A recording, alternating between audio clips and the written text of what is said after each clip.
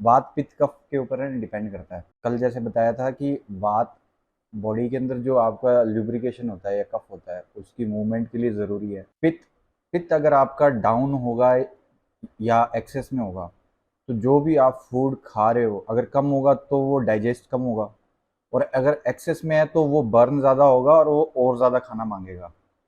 उस कंडीशन के अंदर क्या होगा कि अगर शरीर में पित्त ज़्यादा बढ़ा हुआ है तो जितनी भी स्किन रिलेटेड डिजीज़ है, फुंसी, फोड़ा, एक्जिमा, सोराइसिस, बाल उड़ना, आँखों का कमज़ोर होना, ये सब पित्त की कंडीशन के अंदर आते हैं। वात की कंडीशन में जितने भी पेन नर्वस सिस्टम के अंदर आपका पार्किंसंस या फिर अल्जाइमर, लकवा, ये सब क्या वात डिजीज़ है। और मतलब बैक पेन, सर्वाइकल, सर दर्द, मतलब दर्द जहाँ पे आ गया मतलब वात विकृत हो गया।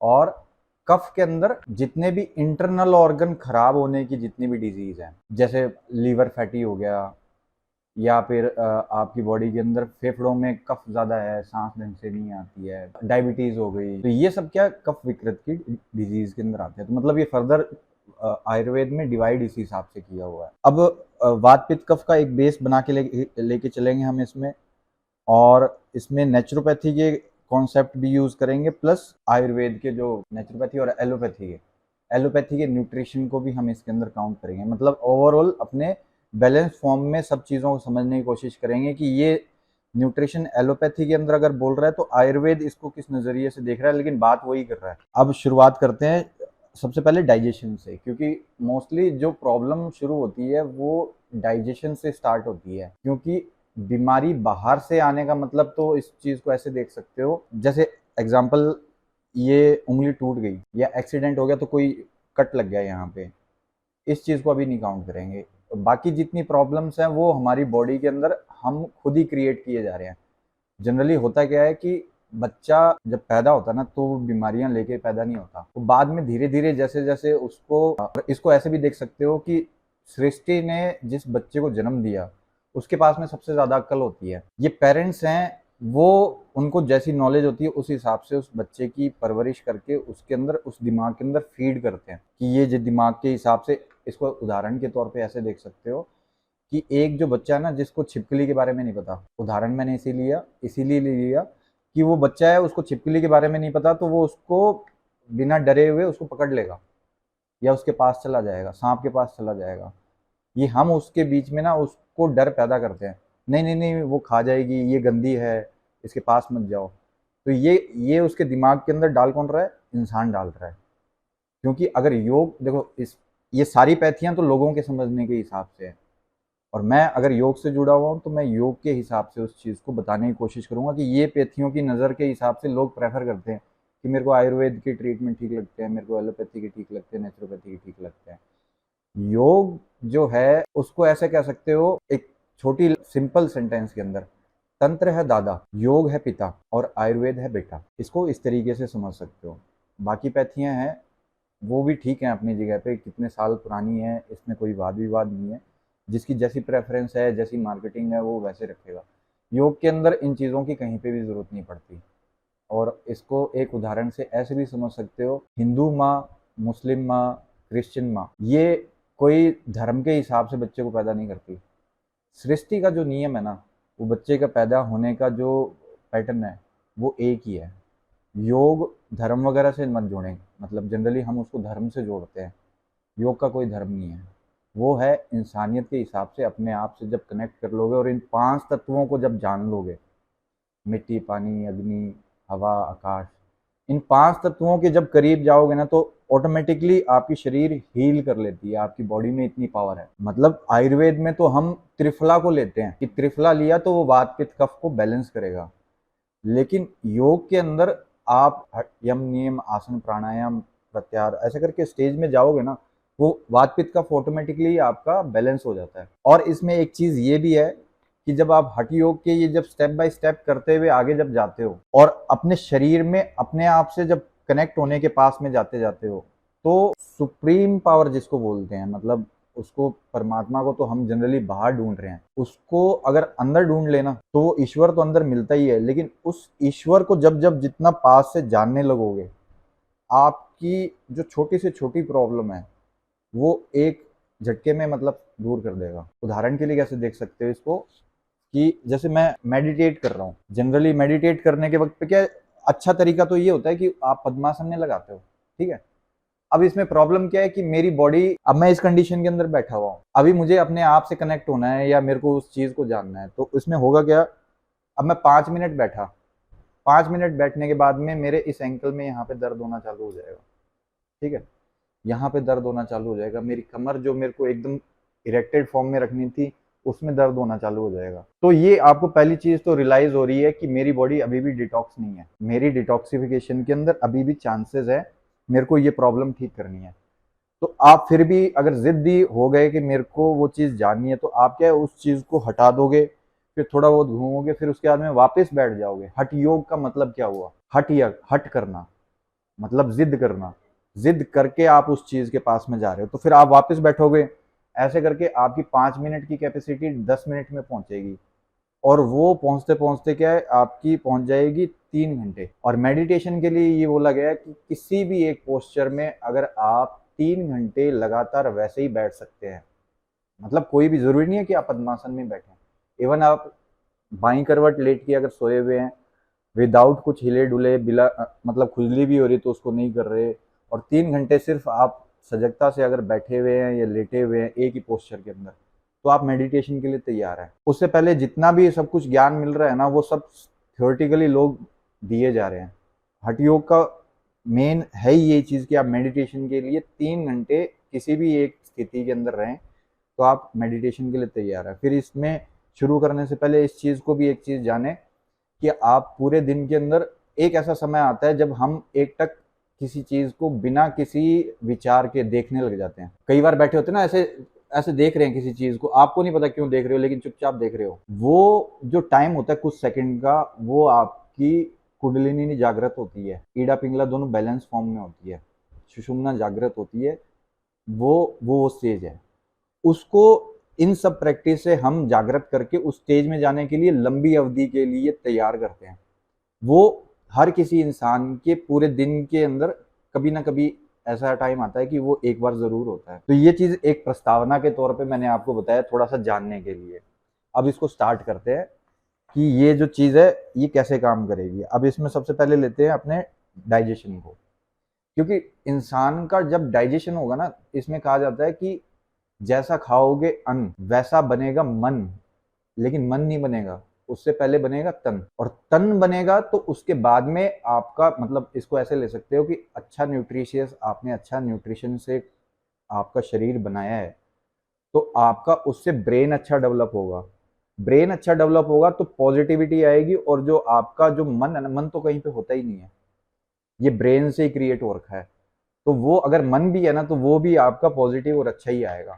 लेकिन अगर आप इसमें जैसे बोलते हैं ना, इसमें जैसे योग के अंदर सात्विक, राजसिक और तामसिक, ये 3 फूड के अंदर इसने फर्दर डिवाइड किया हुआ है। सात्विक का मतलब हो गया 7 धातु। 7 धातु मतलब जो आयुर्वेद में बोलते हैं ना, रस रक्त मांस मज्जा अस्थि मेद शुक्र, इस तरीके से वो 7 धातुएं हैं। तो जो सात्विक फूड होता है वो अगर आप अपनी लाइफ के अंदर हरदम लेते हैं, आंख बंद करके लेते हैं, तो आपकी 7 धातुएं सही तरीके से बननी चालू हो जाती हैं, प्योरिटी आने लग जाती है, ऑटोमेटिकली आपका जो माइंड भी है ना वो सात्विक होना चालू हो जाता है। और फिर जैसे राजसिक है 4 धातुएं बनाएगा, तामसिक मतलब 3 धातु हो गया, मतलब 3 धातु ही बना रहा है, 4 धातु बन ही नहीं पा रही। अब इसमें जनरली इसको ऐसे देख सकते हैं कि जैसे ऑनियन है, ऑनियन को गार्लिक और ऑनियन मतलब प्याज और लहसुन, उसको योग के अंदर तामसिक के अंदर काउंट करते हैं। मतलब वो आपके ब्लड के अंदर 3 धातु बनाएगा, 4 धातुओं को बिगाड़ेगा। सात्विक भोजन को कैसे पहचान सकते हैं? सात्विक भोजन को ऐसे पहचान सकते हैं कि जो मुंह के अंदर स्लाइवा क्रिएट करे, और स्लाइवा क्रिएट करे मतलब रस, रस आयुर्वेद में जैसे जिस चीज को खाने से रस बनता है, उससे फिर आगे की धातुएं बननी चालू हो जाती हैं ऑटोमेटिकली।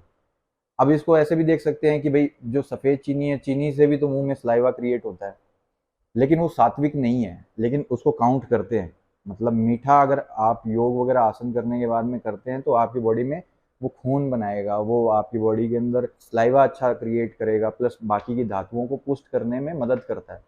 लेकिन उसके साथ में दिक्कत ये है कि चीनी को जिन केमिकल से इंसान तैयार कर रहा है। मतलब आप इस चीज कैटेगरी को ज्यादा अगर कंफ्यूज हो रहे हो ना, इसको ऐसे अवॉइड कर सकते हो कि जो भी इंसान अपने हाथों से बना रहा है ना दिमाग लगा के, वो सब दिक्कत वाली चीजें हैं। लेकिन वो डिफरेंट डिफरेंट मेथड करके हाइड्रोजनेटेड ऑयल निकाल रहा है या रिफाइंड ऑयल निकाल रहा है, ये क्या बीमारी के घर बनेंगे? इसका कारण क्या है कि वो आपको एक्चुअल फॉर्म के अंदर जितना उसके अंदर न्यूट्रिशन था उसको रिफाइन कर रहा है, और रिफाइन करके उसके फैटी एसिड निकाल के आपके पास में पहुंच रहे हैं। तो बीमारियों के लिए इस चीज को ऐसे समझ सकते हैं जैसे सात्विक भोजन है। सात्विक भोजन जिससे 7 धातुएं बनती हो, उसमें किन किन चीजों को ले सकते हैं, जैसे मिश्री हो गई, शहद हो गया, फिर फ्रूट्स हो गए, फिर आपका गेहूं हो गया, चावल हो गया, दूध हो गया, या मतलब सात्विक भोजन की घेरण संहिता के अंदर पूरी लिस्ट दी हुई है। लौकी की सब्जी हो गई जो हमें नहीं पसंद, ये सब क्या सात्विक भोजन के अंदर आ गया। और सबसे अच्छा तरीका जानने का ये है, जो न्यू बॉर्न बेबी है ना, न्यू बॉर्न बेबी से आप फूड की टेस्टिंग कर सकते हो। हालांकि हमें खिलाना नहीं है उसको, आप इस चीज को ऐसे देख सकते हो कि खाने वाली जो चीज इंसान की कौन सी है और कौन सी नहीं है, उसके मुंह के पास में आप दूध को रखना, उसको अच्छा लगेगा, वो दूध को ना और मतलब कहेगा कि मेरे को दूध दो। फिर उसको चावल का जो पानी है वैसी कुछ चीज दोगे तो शुरुआत में न्यू बॉर्न बेबी है ना, तो उसको थोड़ा सा अवॉइड करेगा, लेकिन वो बाद में उसको एक्सेप्ट करने लग जाएगा। या फिर दाल का जो पानी है उसको एक्सेप्ट करने लग जाएगा। शुरुआत में डॉक्टर ये भी कहते हैं कि ज़्यादा उसमें नमक भी नहीं होना चाहिए, ठीक है। तो आप ये देखो कि उस छोटे से शरीर को पता है कि कौन सी चीज़ खाने योग्य है, कौन सी चीज़ खाने योग्य नहीं है। उसकी जीभ के ऊपर है ना हल्की सी लाल मिर्च है ना, उंगली के अंदर लगा के उसकी जीभ के ऊपर टच करना, वो उसको रोने लग जाएगा, उसको थूक से बाहर फेंकने लग जाएगा, क्योंकि उसको एक्सेप्ट नहीं है वो जो चीज़। तो ये सात्विक और तामसिक का पहचान उस बच्चे को है जिसके पास में अभी दिमाग नहीं है, उसका डेवलप नहीं हुआ, लेकिन प्रकृति ने उसको पूरा समझा के भेजा हुआ है कि एक्चुअली में तुम्हारी बॉडी को नीड क्या है। हमारे पेरेंट्स फिर क्या धीरे धीरे क्या करते हैं, हमें तो सिखाया ही गया है, वो धीरे धीरे कुछ ना कुछ चीज़ों को इंट्रोड्यूस करते हैं हमारी लाइफ में। टीवी में एडवर्टीजमेंट आया कि ये अगर नहीं पियोगे XYZ एनर्जी ड्रिंक, या फिर जैसे दूध के अंदर ये नहीं पियोगे तो हाइट नहीं बढ़ेगी, किसी ब्रांड का नाम नहीं लूंगा मैं इसके अंदर, वो टेस्ट इंट्रोड्यूस करना चालू करते हैं दूध में तो ऑलरेडी शुगर होती है, लेकिन XYZ जो कंपनी बेच रही है उसको हम दूध के अंदर मिला के शेक बना के उन बच्चों को पहले पिलाना चालू करते हैं। फिर क्या है, और ये भी है कि उस टीवी के अंदर एडवर्टीजमेंट में बताया है कि ये न्यूट्रिशन आपका दूध से पूरा नहीं हो रहा, तो आप इसको पिलाइए, आपके बच्चे की हाइट भी बढ़ेगी, उसकी ग्रोथ भी होगी। मतलब XYZ चीज़ करके हम उसकी लाइफ में उसको इंट्रोड्यूस करना चालू कर देते हैं। फिर भागदौड़ की ज़िंदगी के अंदर पेरेंट्स इतने ज़्यादा बिजी है कि बच्चा रोए नहीं और हमें काम करना दे, मतलब काम करने दे, तो उसके हाथ में फ़ोन भी दे देते हैं कि फ़ोन करता रहे, और ये जो चिप्स का पैकेट है और जो ये स्नैक्स का पैकेट है ये खाते रहना, कोल्ड ड्रिंक उसको हाथ में दे देते हैं कि आप इसको पीते रहना। बीमारियां यहाँ से आनी शुरू हो जाती हैं। क्यों? क्योंकि उसको टेस्ट का नहीं पता, टेस्ट बड का नहीं पता, क्योंकि उसके पास में इतना दिमाग नहीं है, और वो हमारी लाइफ के पूरे आसपास के एनवायरनमेंट के अंदर इस तरीके से इस हद तक बेची जा रही है कि इंसान अंधा है, पागल है। और इसमें सिर्फ इंसान ही नहीं, बड़े बड़े जो पॉलिटिशियंस हैं, गवर्नमेंट रूल्स है, मेडिकल फार्मा इंडस्ट्रीज है, सारे इंक्लूड है, क्योंकि उनका बिजनेस है। और अगर नेचुरल अगर फॉर्म के अंदर जाओगे तो ये सब चीज़ों को एटलीस्ट बीमारी को दूर करने के हिसाब से आपको अवॉइड करना ही पड़ेगा, क्योंकि आपकी कॉन्शियसनेस अभी इंटरनल अभी इतनी नहीं हुई कि आप इन चीज़ों को पहचान पाओ। जिस दिन आप इस चीज़ को महसूस करने लगोगे ना, हालांकि इतना अभी लपेटे में नहीं आए हो, लपेटा आप समझते हो कि इंसान एकदम फंस जाता है ना ज़िंदगी के अंदर, ऐसी स्टेज में आ जाता है कि यार मैं प्रॉब्लम में बहुत फंसा हुआ हूँ और मेरी ये कोई भी लोग हेल्प नहीं कर पाएंगे। तब इंसान क्या है कि सोचने के लिए मजबूर हो जाता है कि एक्चुअली के अंदर मेरे को क्या करना चाहिए कि मैं इस चीज़ से बाहर निकल जाऊँ। तब वो फिर डीप स्टडी करना चालू करता है और इन चीज़ों से अपने आप ही ना दूरी बना लेता है। लेकिन उससे पहले अगर मैं कितना बोल लूँ, या कोई भी अच्छे से अच्छा आपके पास में डॉक्टर आपको बोल दे, आपको ये चीज़ें नहीं समझ में आएगी, क्योंकि अभी तक उतने लपेटे में या उतनी तकलीफ के अंदर नहीं फंसे हो। मतलब प्रॉब्लम जितनी ज़्यादा बड़ी होगी ना, इंसान उतना ज़्यादा सीरियस ज़्यादा हो जाएगा। और नॉर्मल कंडीशन होगी ना, उसको अगर ये पता चल गया कि इसका सॉल्यूशन है, वो फिर कहेगा कि मेरे को ना, मैं लाइटली चलता रहूँगा, चिल करके चलो ज़िंदगी के अंदर, ज़्यादा टेंशन वगैरह मत लो, जैसी गाड़ी चल रही है चलने दो। अब स्टार्ट करते हैं। इसमें हम सात्विक फूड से फिर तामसिक और राजसिक, ये जो 3 कैटेगरी मैंने बताई थी। सात्विक फूड तो हो गए जो 7 धातुएं बनाता है, रस, रक्त, मांस, मज्जा, अस्थि, मेद, शुक्र करके, ऐसा करके, ठीक है। और फिर उसके अंदर बाकी के जो राजसिक आ गया, उसमें 4 धातु बन रही है, तामसिक के अंदर 3 धातुएं बन रही हैं। तो जैसे तामसिक भोजन को अगर ये बोलेंगे कि अगर वो 3 धातुएं बना रही है ना, तो आपकी बॉडी के अंदर कोई ना कोई गड़बड़ होने वाली है। आपकी पूरी धातुएं पूरी कंप्लीट नहीं हो रही हैं, और धातुएं 3 बन रही हैं बॉडी के अंदर, तो ऑटोमेटिकली आपकी बॉडी इम्बेलेंस होने वाली है। तामसिक भोजन का मतलब ये हो गया कि एग्रेसिव ज़्यादा होना, गुस्सा ज़्यादा करना, ये जो पीरियड्स के अंदर जो पेन होता है इस जगह के अंदर, फिर साइटिका का जो पेन यहाँ से यहाँ नीचे तक चलता है, फिर पैरों के अंदर झंझनाहट और घुटनों में दर्द, ये वात विकृत की चीजें हैं। फिर अगर स्टमक की अगर वात विकृत हो गई, मतलब इसको ऐसे देख सकते हो कि ज्यादा बाइल का प्रोडक्शन हुआ, यहाँ पे एसिडिटी बनी, तो वो वात है वो नीचे जाने की जगह वो वात क्या ऊपर की तरफ आ रही है, एसिड रिफ्लक्स हो रहा है। एसिड रिफ्लक्स हो रहा है, साथ में साथ आपके हार्ट बर्न जैसी जो होती है ना, सीने में जलन जैसी चीज हो गई। फिर वो जो हरदम गैस चढ़ती है, तो यहाँ पे सर भारी होना, यहाँ पे सर भारी होना, हरदम यहाँ पे सर दर्द होना, ये क्या सिम्टम उसके बनने लग जाएंगे। मतलब थोड़ा सा और डिटेल में पढ़ोगे तब चीजें समझ में आएगी। ये मोटा मोटी मैं ब्रीफ के अंदर बता रहा हूँ। यही बात अगर यहाँ चला गया तो जनरली लोगों को क्या चेस्ट पेन होता है, तो उनको ऐसा लगता है कि हार्ट के रिलेटेड कोई डिजीज हो गई है, जबकि वो गैस जो है वो जनरली कई बार चढ़ती है ऊपर की तरफ। फिर आपका अगर बॉल का मूवमेंट यहाँ की अगर वात विकृत हो गई, तो वो क्या कॉन्स्टिपेशन तो बनेगी, प्लस कॉन्स्टिपेशन बनेगी प्लस अपेंडिक्स का दर्द बनता है। तो वो तो क्या आयुर्वेद के हिसाब से या नेचुरोपैथी या किसी के हिसाब से भी देखें, तो वो ये कह रहा है कि अगर आपके शरीर में कॉन्स्टिपेटेड अगर आप हो, बॉल का मूवमेंट सही नहीं है, उसमें पानी के अगर नमी ढंग से नहीं है, तो वो क्या है, वो एक ट्रिगर बेल के हिसाब से आपको सचेत कर रहा है कि यहाँ पे अपेंडिक्स की जो नाड़ है, यहाँ पे दर्द हो रहा है, आप अपनी कॉन्स्टिपेशन को ठीक करो। लेकिन एलोपैथी के अंदर उसका इलाज क्या है कि इस नाड़ को ही कट कर दो, जो अलार्म बजा रही है उसी को बंद कर दो। तो हम क्या है उसको बंद कर देते हैं, और वो कॉन्स्टिपेशन वाला सिस्टम है उसको रखते हैं। अब वो कॉन्स्टिपेशन उस इंसान के स्टिल चल रही है, वो अगला जो कंडीशन क्या बनेगी, वो बनेगी हार्निया, आंत बाहर निकल के आ जाएगी यहाँ से। हार्निया जो है ना, वो भी कॉन्स्टिपेशन की ही बीमारी है। हाँ, हार्निया के, हेमरोइड्स नहीं बोल रहा, हार्निया बोल रहा हूँ, हार्निया, वो अगर जो बाहर निकल रही है, हाँ, उसको सर्जरी करके हम वापस अंदर की तरफ घुसा देते हैं। तो इसको नॉर्मल उदाहरण से कैसे देख सकते हो कि ये जैसे पाइप है, ठीक है, यहां से मैंने पानी डाला, यहां से निकलना है, ये सीधी सी साइंस है, दिख रही है जो चीज है। मैंने इसको इधर से बंद कर दिया, यहाँ पे इसको बंद कर दिया यहाँ पे, ठीक है। अब मैं यहाँ से पानी डाले जा रहा हूँ। अब ये क्या करेगा, इस पूरे पाइप के अंदर जो वीक पॉइंट है, जहां से कमजोर है पाइप, वो वहां से फटेगा। एलोपैथी में क्या कर रहा हूं मैं, या हम क्या कर रहे हैं जनरली, उस जगह पे टेप लगा रहे हैं या उसको सील रहे हैं, ठीक है।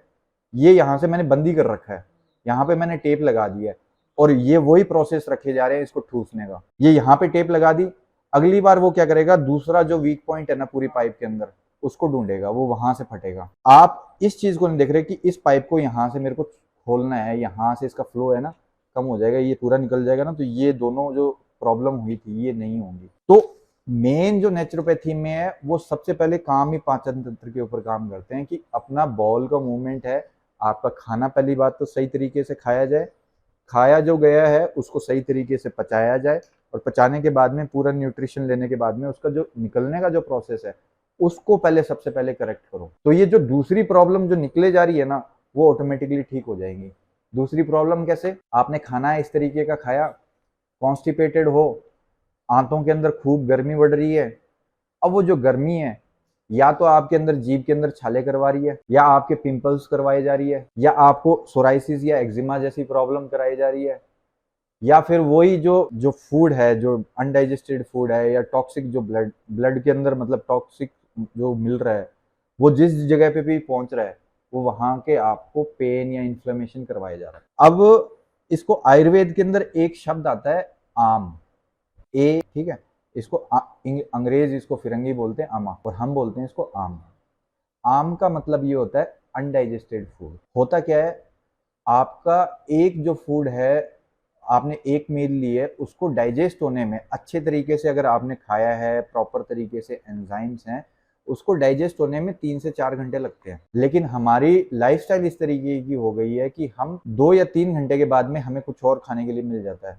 हमने उसके साथ में और उसके ऊपर डाल दिया। तो वो पहले का जो खाना अभी पचा नहीं है, उसके साथ में और दूसरी कॉम्बिनेशन आपने डाल दी है, वो क्या है, अनडाइजेस्टेड फूड के साथ में मिलके वो टॉक्सिक जो है ना ब्लड के अंदर वो बनना शुरू हो जाता है। वो प्रोसेस बहुत पहले से ही शुरू हो गई है हमारे शरीर में, क्योंकि आज हम रूल को करेक्ट करने लगेंगे ना तो हमें कुछ दिन डिटॉक्सिफिकेशन के लगेंगे, लेकिन वो जो शरीर में जो टॉक्सिन्स है वो हमने बहुत पहले ही बनाने चालू कर दिए थे। तब इस कंडीशन के अंदर आयुर्वेद के अंदर त्रिफला, जैसे है ना, त्रिफला जनरली प्रेफर किया जाता है कि ये वात पित्त कफ तीनों को ही बैलेंस करता है। आपकी बॉडी के अंदर अगर आम या टॉक्सिन्स बने हुए हैं तो वो उसको रिमूव करने में या एलिमिनेट करने में आपकी हेल्प करेगा। तो एक तो माइंड में रखना है, त्रिफला वात पित्त कफ तीनों चीजों को बैलेंस करता है।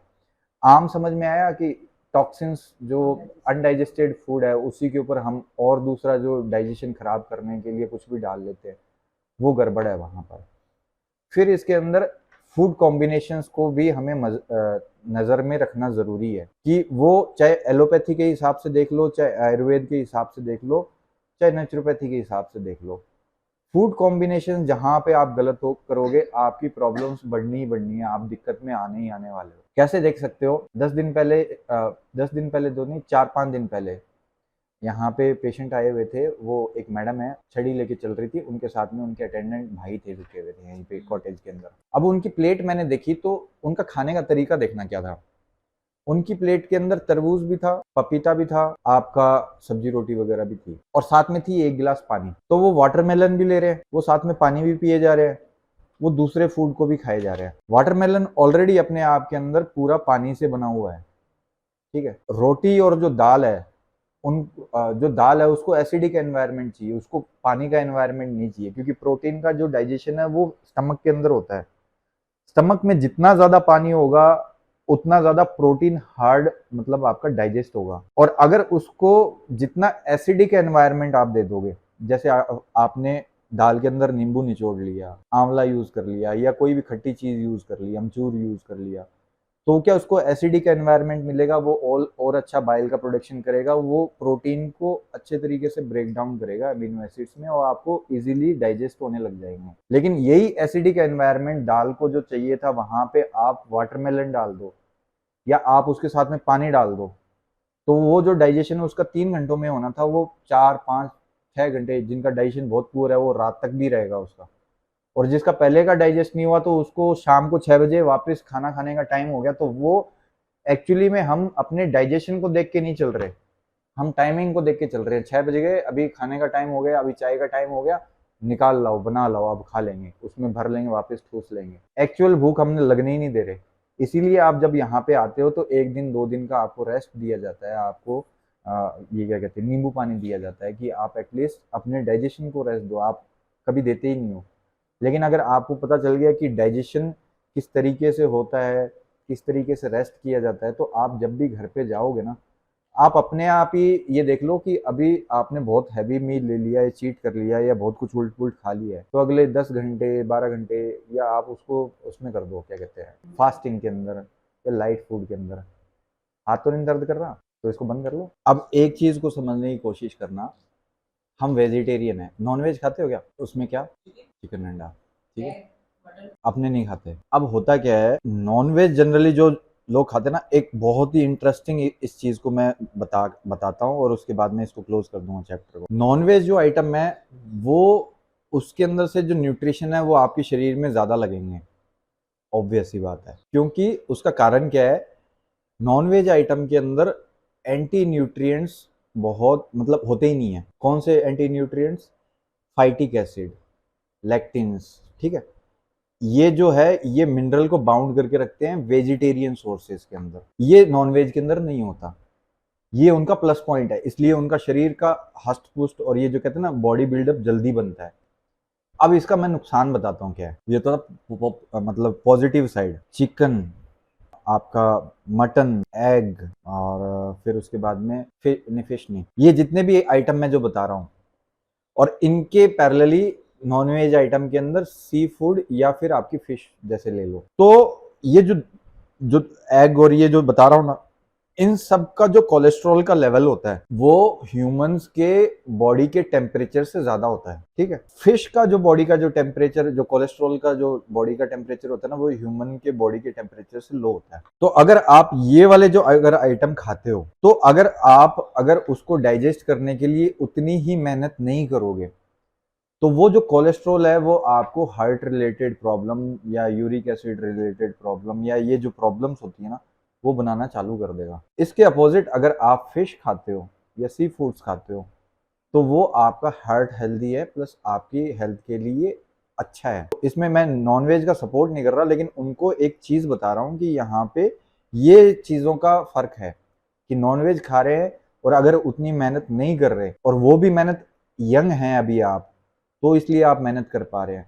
आप उस एज को देखें कि आप जहाँ पे सिर्फ आराम से बैठना पसंद करेंगे, लेकिन आप खा स्टिल वही नॉन वेज रहे हो, वो आपको जो दिक्कतें करने लगेगा उसको आप क्योर नहीं कर पाओगे, क्योंकि स्वाद आप छोड़ नहीं सकते, और वो प्रॉब्लम है, वो प्रॉब्लम आपको बहुत ज़्यादा तकलीफ में डाल देगी।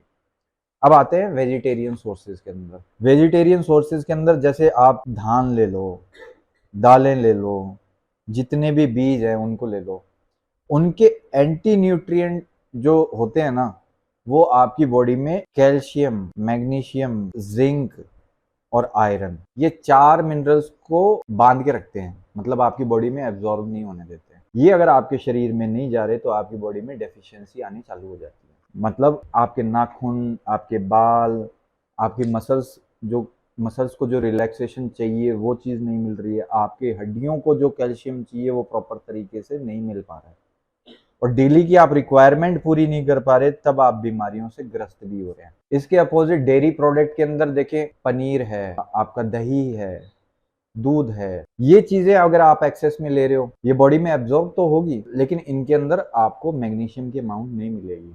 आप उसको न्यूट्रिशन इंफॉर्मेशन को देखना, तो उसमें मैग्नीशियम नाम मात्र का होगा। यही चीज मैं बात कर रहा था, जो बॉडी के अंदर स्टोन्स बन रहे हैं ना, वो एक्सेस में फीमेल्स के डेयरी प्रोडक्ट्स को ले रही हैं, वो कैल्शियम डिपॉजिट हो रहा है। मोस्टली जो कैल्सीफाइड जो स्टोन्स बन रहे हैं, उनका कारण क्या है कि 1000 mg कैल्शियम तो लिए जा रहे हो आप दूध, दही और इन पनीर और इन चीज़ों से, लेकिन उस कैल्शियम को बॉडी के अंदर सर्कुलेट करने के लिए जो प्रॉपर मैग्नीशियम है, वो आपकी बॉडी के अंदर नहीं जा पा रहा। आप जिस दिन मैग्नीशियम को प्रॉपर अमाउंट के अंदर, सही रेशियो के अंदर अपने शरीर में भेजने लग जाएंगे, तो ये जो स्टोन्स बनने का जो कारण है, फिर वो दूर होने लग जाएगा।